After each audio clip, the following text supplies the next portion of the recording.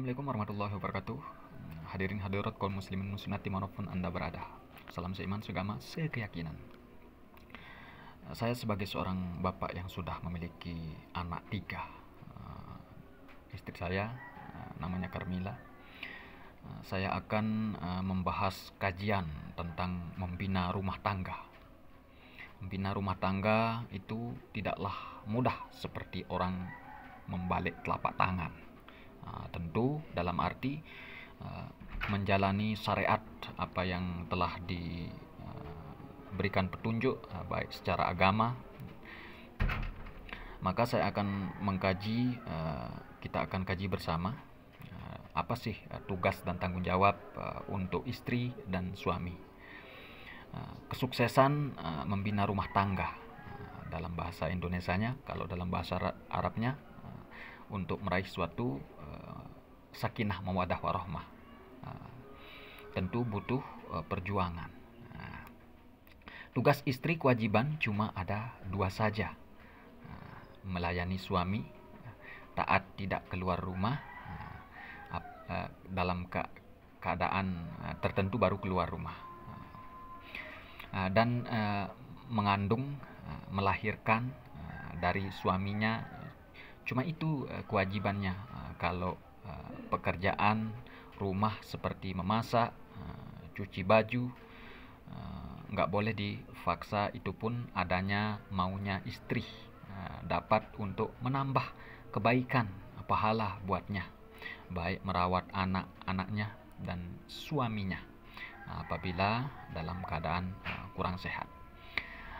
Dan kalau tugas kewajiban suami jadi imam di rumah tangganya, harus menasehatinya, menasehati istrinya, memberikan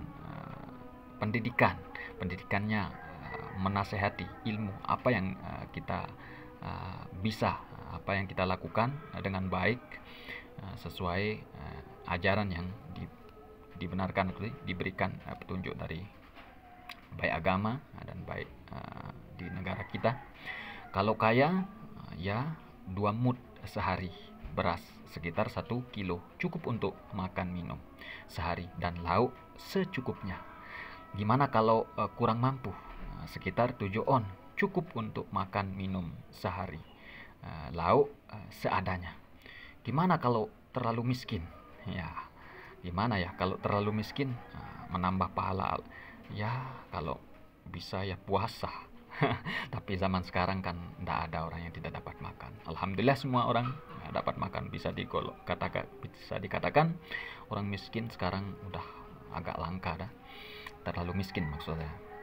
Dan belikan untuk pakaian 2 kali setahun, dan lihat kondisinya, baik masih layak untuk menutup aurat dan pakaian, peralatan ibadah, baik itu peralatan ibadah sholat, wajib lengkap harus ada, dan menerima apa adanya. Kalau sakit wajib merawatnya, dan menyarani juga untuk kesehatannya. Yang tidak wajib belikan emas intan permata, dan boleh bila mampu belikan seadanya, dan bekerja tidak diwajibkan atasnya menafkahi cari rezeki, tidak wajib bagi istri. Maka istri tidak perlu susah untuk memikirkan pekerjaan itu. Semua tugas wajib hanya untuk suami, untuk bekerja, menafkahi secara zahir dan batin, dan memberikan, baik itu secara zahir dan batin, dan memberikan kasih sayang, perhatian padanya. Itu harus dan wajib suami apabila dah punya anaknya, untuk seorang ayah untuk memberi kebutuhan makan secukupnya untuk anak-anaknya, dan memberikan pendidikan untuknya. Maka dari itu ajaran dalam agama Islam menjanjikan istri itu perlu dilakukan, dalam arti menjanjikan, memanjakan, perlu dilakukan. Maka istri wajib tidak untuk keluar keluyuran, keluar rumah, cukup di rumah saja, seperti selayak katakanlah selayak tuan putri, istri tidak keluar rumah. Pada dasarnya, pada umumnya ya, di dunia ini ada 3 hal yang memang ada di dunia ini, wajib ada. Seperti halnya ada yang kaya, ada yang tidak terlalu kaya, tidak terlalu miskin, ada yang miskin. Dan yang 3 hal itu yang memang di dunia ini selalu ada. Ada yang kaya dan ada yang kurang mampu, ada yang tidak mampu. Semua itu adalah memang yang telah ditakdirkan, yang telah ditentukan oleh Allah Subhanahu wa taala. Kita cuma menjalani kehidupan dengan sebaik-baiknya, semampu-mampunya untuk berikhtiar, berupaya untuk menuntut rezeki, tidak berputus asa atas rahmat Allah Subhanahu wa taala. Semua itu tidak lepas dari apa yang memang telah ditakdirkan dan dijanjikan kita. Maka kita sebagai seorang ayah, seorang ibu, bapak, kita memiliki anugerah, yaitu berupa anak. Anak itu termasuk rizki, anugerah dari Allah. Rizki anak itu adalah anugerah sebagai titipan. Sebagai titipan, bukan kepemilikan. Dalam arti kepemilikan secara ragawi. Akan tetapi kasih sayang seorang ibu dan ayah sepanjang masa, dalam arti sewaktu-waktu anak pasti enaknya atau nyamannya pasti ke ibu, ke bapak kan. Kalau ada orang seperti yang kita lihat pisah dan sebagainya, nauzubillah min zalik, pasti kasih sayang seorang ibu dan bapak itu selalu tidak pernah henti sepanjang masa seumur hidup. Akan tetapi secara takdir atau raga bukanlah untuk dikatakan sebagai al-haq kepemilikannya. Maka dari itu manusia bukanlah jadi Tuhan, sekalipun orang tua kita sendiri bukan ia yang kita yakini menciptakan takdir hidup kita sendiri. Hanya meminta berdoa saja kepada Allah tanpa mentaati larangan dan perintahnya. Apakah itu cukup membuat kita ke surga? Tidak. Allah lah yang menginginkan hamba-hambanya jadi baik hingga pada perilakunya, untuk sebaik-baiknya untuk takwa. Takwa dalam arti menjalankan segala perintah Allah dan berusaha menjauhi segala larangan Allah. Kata berusaha terus menerus. Apa yang buat manusia ada yang berkalau-kalau di dunia ini? Karena manusia tidak tahu takdirnya sendiri, baik ajal kematiannya dan jodohnya sebelum ia menikah. Dan tidak ada manusia yang dapat menentukan akan dirinya, takdirnya sendiri. Dan tidak ada orang tua yang bisa membuatkan takdir untuk anaknya sendiri. Begitulah manusia. Ada yang berangan-angan pun dari apa yang ia usahakan dari dirinya sendiri, membuat ia lupa bahwa sesungguhnya tapi Allah lah yang menentukan. Tentu unin Allah Ta'ala doang sak tepati ndek uninita. Kemilik Allah Ta'ala doang sak tepati ndek tahu kemilik tidak. Dalam arti tidak sedikit di dunia ini seperti saya bercita-cita ingin menjadi seorang polisi misalkan, atau seorang tentara, akan tetapi tidak. Terkadang menjadi security, terkadang ada yang menjadi guru dan sebagainya, ada yang menjadi pegawai kantor dan ada yang menjadi dokter medis dan sebagainya. Semua upaya kita, semua apa yang kita lakukan tidak lepas dari takdirnya Allah. Dalam arti tidak sedikit kita ditanya waktu kita di bangku sekolah, kamu mau jadi apa? Bercita-citanya mau jadi ini, jadi itu, ada yang begini, ada yang begitu. Ternyata tidaklah semua selaras dengan apa yang kita inginkan. Itu menandakan bahwa Allah melatih kita dari apa yang telah ditetapkan, memang yang harus kita syukuri, sabari dari Allah Subhanahu wa taala, bahwa hidup ini adalah amanah dan anugerah yang terindah yang harus kita pelihara secara baik, sebaik-baiknya. Melainkan tidak ada kekecewaan pada orang yang dapat meridhoi takdir dari Allah, yang dapat ia terima dengan sabar terhadap apa yang memang sudah Allah tetapkan di sisinya, dan semoga kami pun tidak termasuk orang yang melawan takdir yang Maha Esa. Akhlak adab itu lebih utama, lebih tinggi daripada ilmu, sebab iblis pun lebih tinggi ilmunya, tapi ia masuk ke neraka sebab sombongnya ke Nabi Adam alaihissalam. Sama halnya ia membangkang kepada Allah Subhanahu wa taala. Al-haq, orang yang paling kita cintai, jangankan akhlak orang yang paling, diri kita saja, kita sangat gimana pun rupa kita, gimana pun keadaan kita, pasti kita menerima dan mensyukuri, memang diajarkan untuk mensyukuri apa yang telah ditakdirkan oleh Allah, seperti raga kita, seperti nikmat sehat, nikmat umur, nikmat adanya kita. Tanpa takdir Allah pun kita tidak ada. Allah menjelaskan di dalam hadis arba'in juga, bikatsbihi, catat. Lalu rizki, setelah dicatat lalu rizki, ditentukan rizkinya. Terus ajalnya, wa ajalihi, terus wa amalihi, terus amalnya, amal perbuatannya. Wasakiu saidu, lalu nasibnya setelah kematiannya. Dari itu semua dipetik dari keadaan yang memang Allah telah ajarkan untuk kita.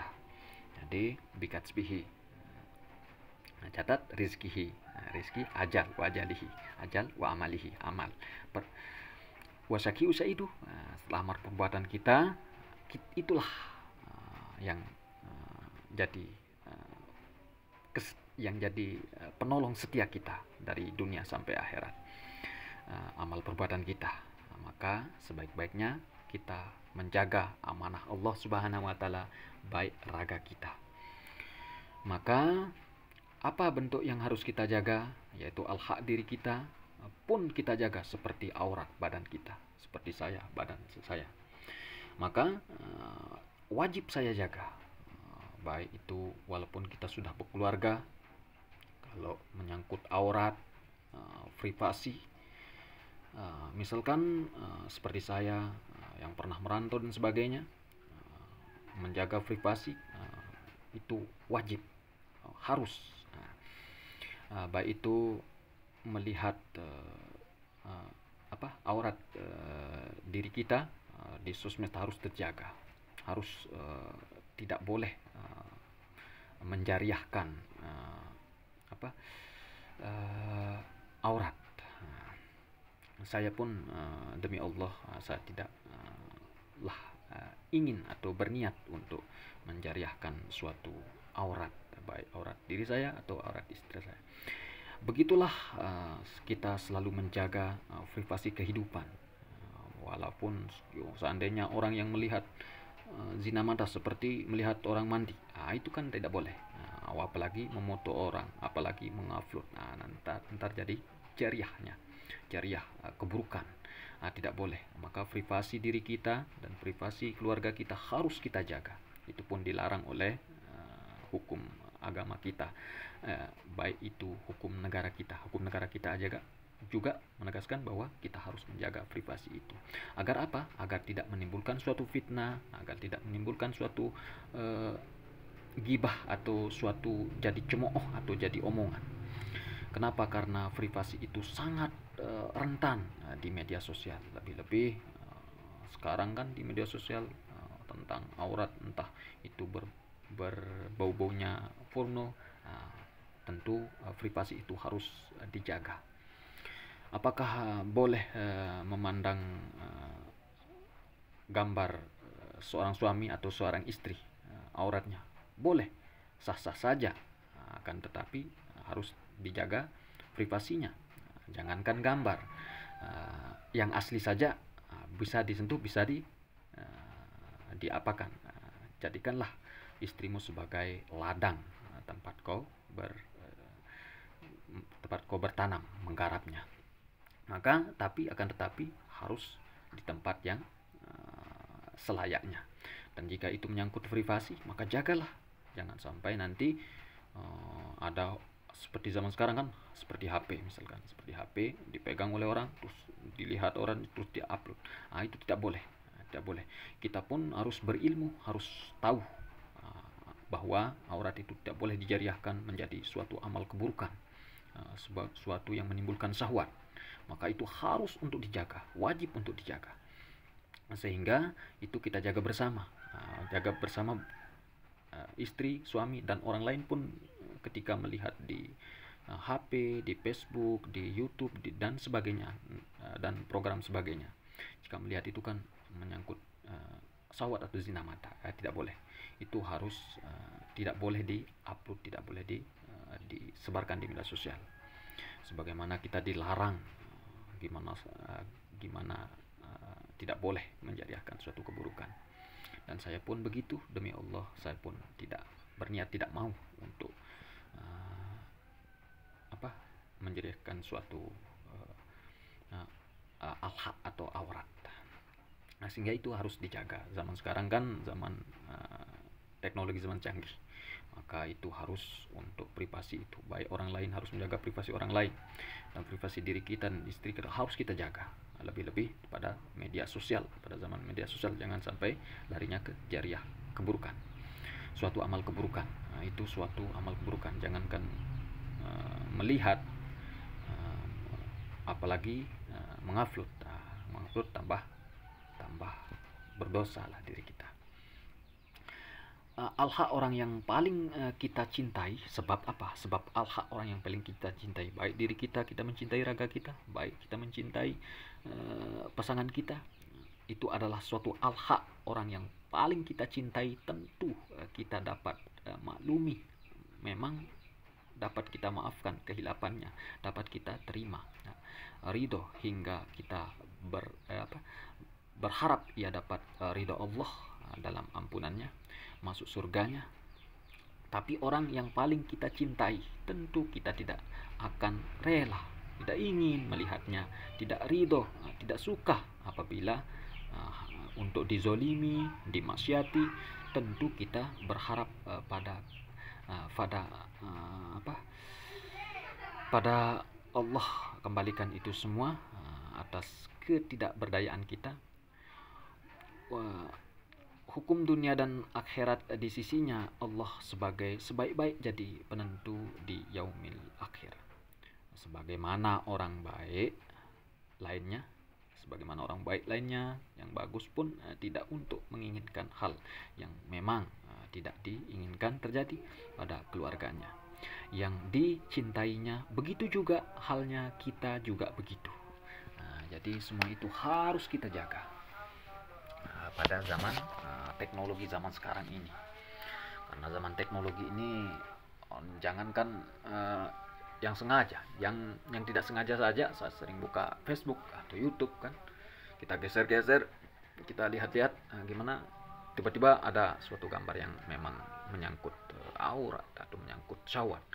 Jadi itu adalah suatu hal yang tidak boleh untuk dibagikan, di share, atau apalagi orang penguploadnya.